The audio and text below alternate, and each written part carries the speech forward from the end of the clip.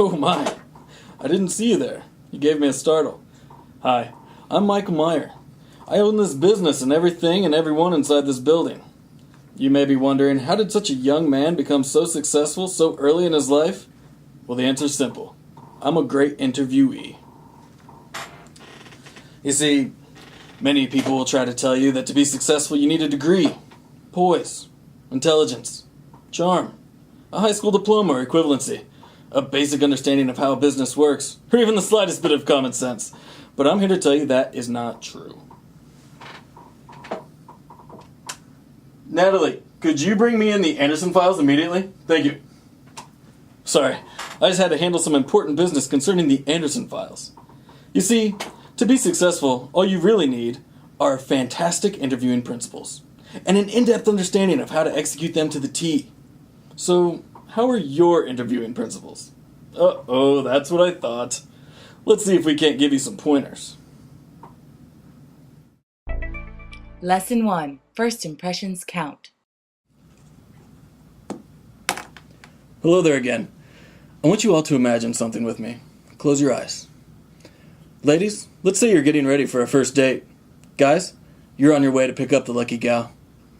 Could you imagine if the guy showed up to your house in his 1992 Toyota Corolla, pulled out his vintage jean jacket with the phrase porn star written on the back in sequins, threw it over his shoulder, walked straight into your house, landed a big kiss on you, and said simply, "Let's ride"?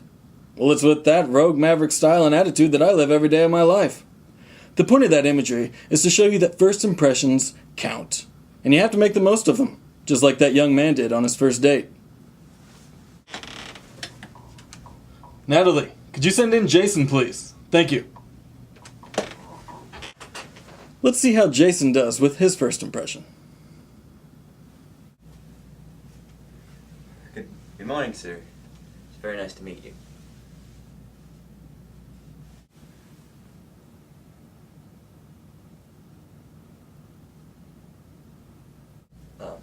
Should I sit down? Okay, let's go over what Jason's done wrong. I was challenging him by staring at him, and he backed down quickly. Remember, when meeting with a new employer, it's always best to stare with wide eyes for several seconds before ever saying a word. This shows the employer that you mean business, and are not intimidated by his status, even though you probably are, and should be. Let's see if Jason can recover. I'm sorry, Jason, but those chairs and sitting in general is reserved for employees and employees only. Oh, okay. Uh-oh, strike two. Jason should have taken the initiative to sit down and show me that he considers himself an employee or some type of equal. A move I would have scolded him for, but respected. Let's see if Jason can dig himself out of this hole, because so far, so bad. Why do you want this job, Jason? Well, sir, I feel I'd be a good fit for the... Name 3 of my favorite football teams, Jason, quickly. What? 3 of your favorite football team? Swing and a miss, Jason. 3 strikes and you're out.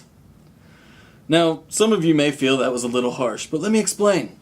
In the business world, decisions need to be made on the fly. Do they always need to be the correct decision? Many times they do not. But they do need to be made quickly. You see, I didn't care if Jason named 3 of my favorite football teams, but he didn't even name 1. And that's why I have no use for him.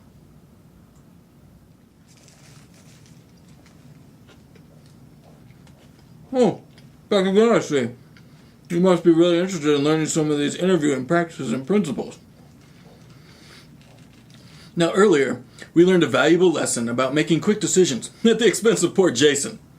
This is an issue we'll go into more depth with, as it's one of the key topics in the business world.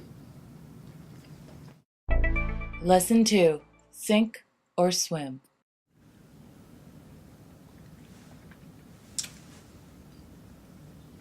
If any of you felt sorry for Jason in that earlier segment, I hate to break it to you, but that's the world of business.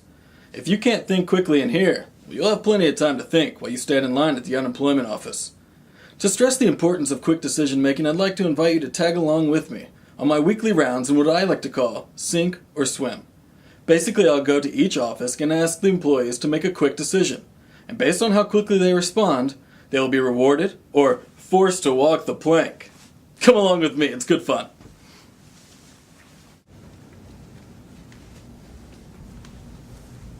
Heather, kids are hungry. What's for dinner tonight, chicken or beef? Chicken. Great job, sweetheart. Joe, the house is on fire. Which kid are you gonna save? What? Oh, wrong answer. Sir, is my house He's really new. on fire? Oh, Joe, you kill me. No cell phones, Joe. What about my kids? So I hope you understand the importance of quick decision making. Natalie, could you prepare a form of termination for Joe Lewis, please? Thank you. But when asked a difficult question, responding quickly is only the first part. You still have to knock their socks off with a fantastic response. Like when Heather said chicken instead of beef. She showed me she has what it takes to be a fine employee. So let's see what we can do to improve some of your responses. Lesson 3. Fire under pressure. I've decided to give Jason a second chance. He failed to make a worthwhile first impression. Let's see if he's on his game yet. Natalie, could you send in Jason? Again?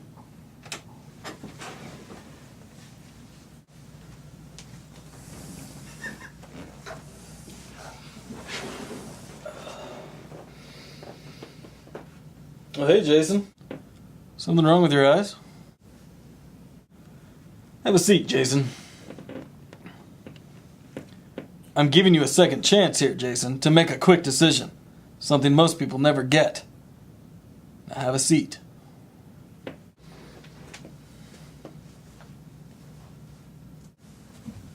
Sir, I'd like to thank you. Is there anything I can get for you, Jason? Oh, no thanks. I'm good. Oh, are you sure? Can't get anything for you? Want to drive my car? Maybe sleep with my wife?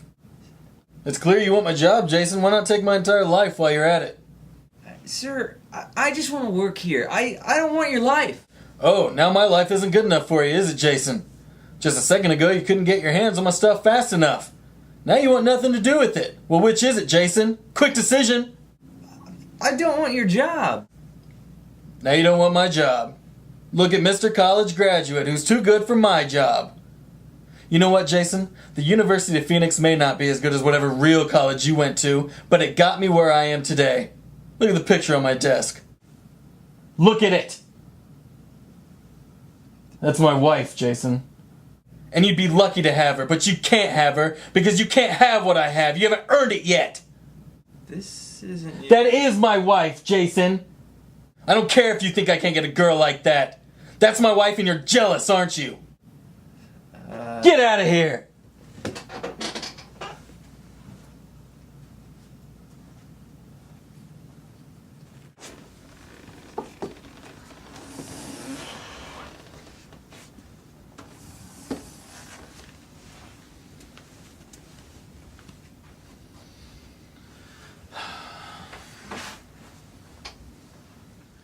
See what can happen when you don't know how to respond to those difficult situations?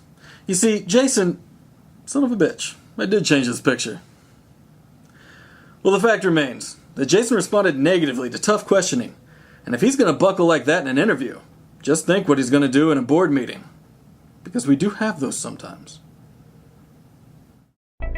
Lesson 4. Lessons learned.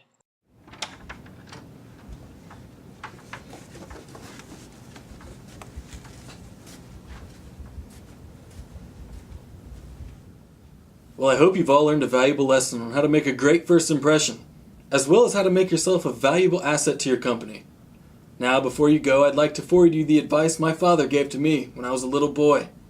He sat me down and he said, "Son, you were a mistake, and you'll never amount to anything." And then he died. Last January, on a cruise with his 18-year-old girlfriend. But I never forgot those words of motivation. As I'm sure the many children I fathered and left haven't either. Now, to all those future competitors out there, I'd just like to say, I've advised you. And that means I own you.